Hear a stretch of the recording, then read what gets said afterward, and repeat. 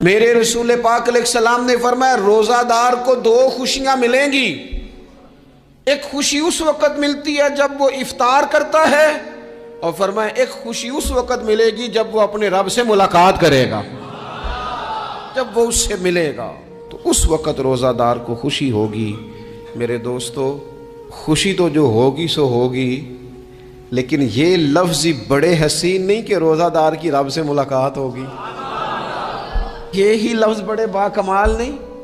ایک روایت میں تو یہ ہے نا کہ روزہ میرے لیے ہے، میں اس کی جزا دوں گا، اور ایک روایت میں یہ ہے کہ روزہ میرے لیے ہے اور رب فرماتا ہے میں خود روزے کی جزا ہوں، یعنی باقی نیکیوں پر ثواب ملے گا، روزہ رکھنے والے کو رب رحمان ملے گا۔ نبی اکرم صلی اللہ تعالی علیہ وسلم کے امت کے صوفیاء نے نا کچھ چیزوں کو بڑا کھولا ہے۔ عارف رومی کہتے ہیں کہ ایک دن نا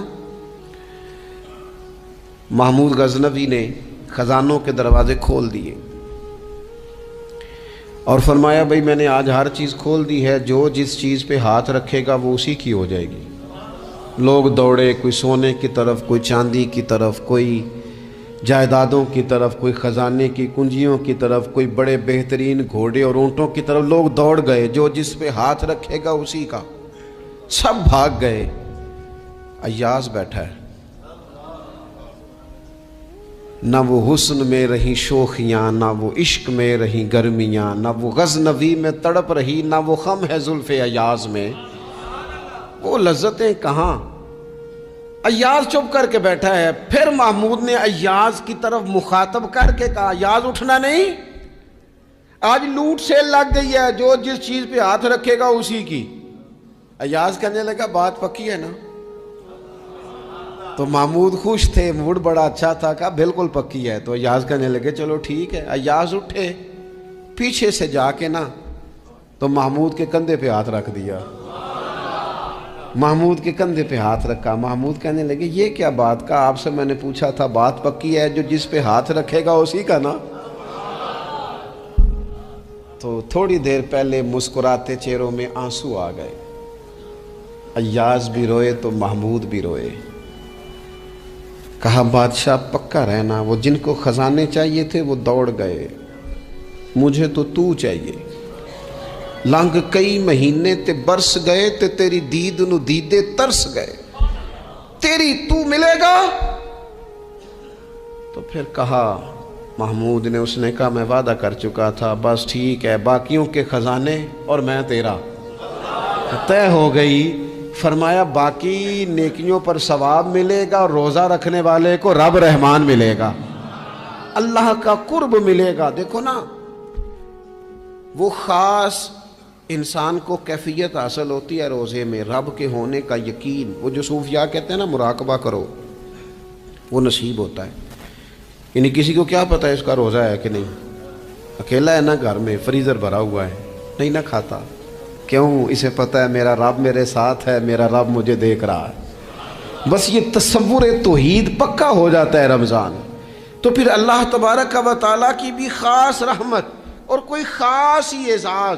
حضور فرماتے ہیں جنت کے کئی دروازے ہیں، ایک باب الریان ہے، اس سے صرف روزہ دار گزریں گے۔ آواز ہوگا روزے والے آ جاؤ، وہ آ جائیں گے، فرمایا اس خاص دروازے سے گزرو، جب گزر جائیں گے تو فرمایا بند کر دو بھئی، اور کوئی نہیں گزرے گا یہاں سے، دروازہ ہی مخصوص ہے۔ ان کا اعزاز ہی ذرا زیادہ ہے۔ تو میرے عزیز، رمضان شریف کے اندر وہ منصب کا بس خیال رکھیں کہ میں روزہ دار ہوں، اس احتیاط کے ساتھ۔ اور دوسری جو رمضان کی چند عبادات ہیں نا،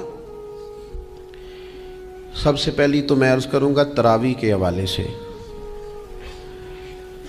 یہ بات یاد رکھ لیں کہ نبی پاک علیہ الصلوۃ والسلام نے فرمایا جس نے ایمان اور احتساب کی نیت کے ساتھ رمضان میں قیام کیا، اللہ اس کے پچھلے سارے گناہوں کو معاف فرما دے گا۔ اور ایک مقام پر نبی پاک صلی اللہ تعالیٰ علیہ وسلم نے بیان کیا، یہ مشکات میں موجود ہے، حضور فرماتے ہیں رمضان اور قرآن دونوں قیامت کے دن بندے کی شفاعت کریں گے۔ رمضان کہے گا یا اللہ میں نے اسے دن بھر کھانا کھانے سے باز رکھا، اور تیری بارگاہ کے حکم کے مطابق اس نے اپنے آپ کو ان چیزوں سے بچا کے رکھا۔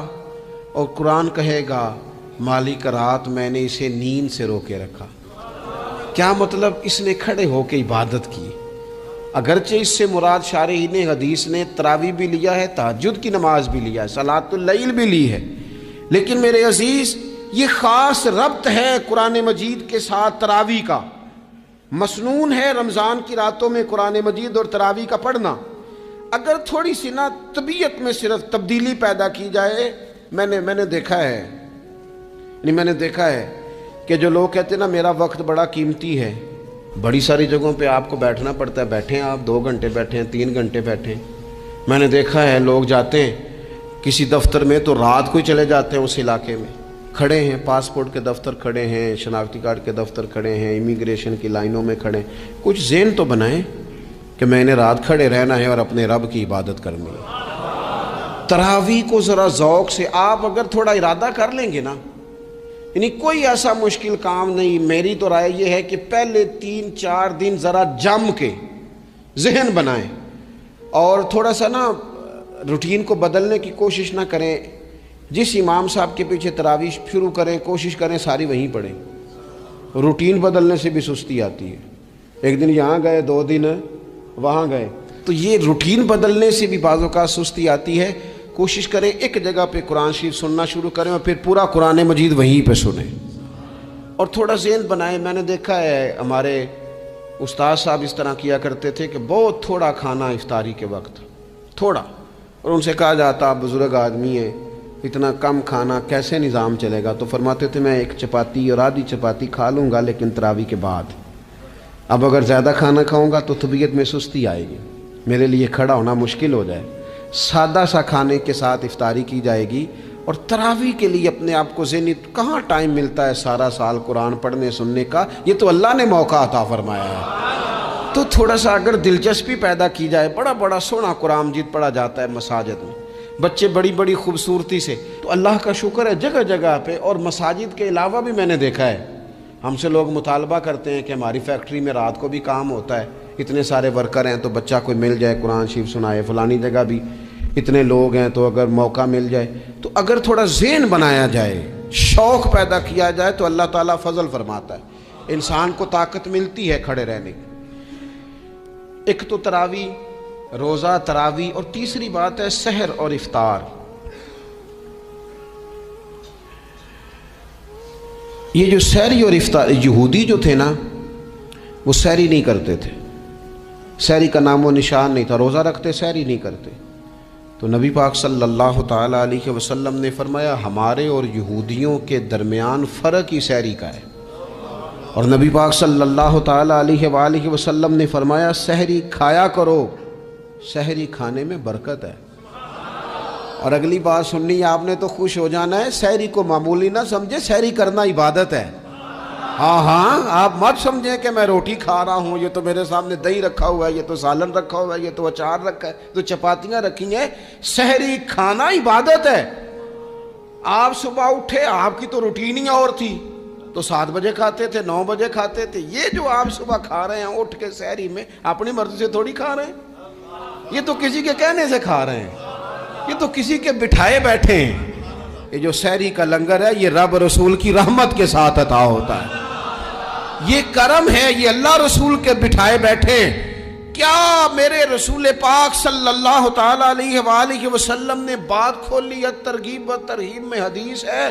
اللہ کرے یہ کبھی چسکا لگ جائے، یہ والا مزہ آ جائے تو پھر تو گھر میں دسترخوان نہیں بچھا ہوا ہوگا، پھر تو رنگ ہی کوئی اور ہوگا.